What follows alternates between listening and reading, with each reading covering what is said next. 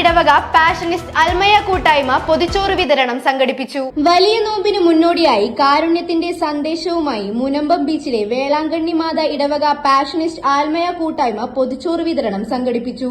കോട്ടപ്പുറം രൂപതയുടെ കീഴിൽ നടന്ന ഈ സേവന പ്രവർത്തനത്തിൽ ഇടവകയിലെ 420 കുടുംബങ്ങൾ പങ്കാളിയായി. 484 പൊതിച്ചോറുകൾ ശേഖരിച്ചു.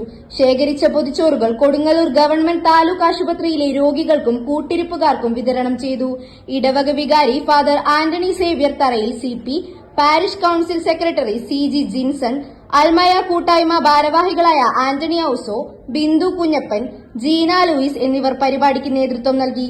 പ്രളയകാലത്തും ഗോതുരത്ത്, കുറുമ്പത്തുരുത്ത് മേഖലകളിൽ ഭക്ഷണ വിതരണം നടത്തിയ അനുഭവം ഈ കൂട്ടായ്മയ്ക്കുണ്ട്. വ്യത്യസ്തമായ ഒരുപാട് കാര്യങ്ങൾ ചെയ്യുക എന്നുള്ളത് ഈ ഇടവകയുടെ ഒരു പ്രത്യേകത കൂടിയാണ്. ഞങ്ങൾ പാഷനിസ്റ്റ് വേളാങ്കണ്ണി മാത കടപ്പുറം പള്ളിയിൽ നിന്നാണ് വരുന്നത്. ഇവിടെ ഞങ്ങൾക്ക് 18 കുടുംബ യൂണിറ്റുകളുണ്ട്. ഈ ഇടവകയിലെ പാഷനിസ്റ്റ് അൽമായ സഭ എന്ന സഭയുടെ നേതൃത്വത്തിൽ ഞങ്ങൾ ഇന്ന് കൊടുങ്ങല്ലൂർ താലൂക്ക് ആശുപത്രിയിൽ പൊതിച്ചോറ് വിതരണം ചെയ്യുകയാണ്.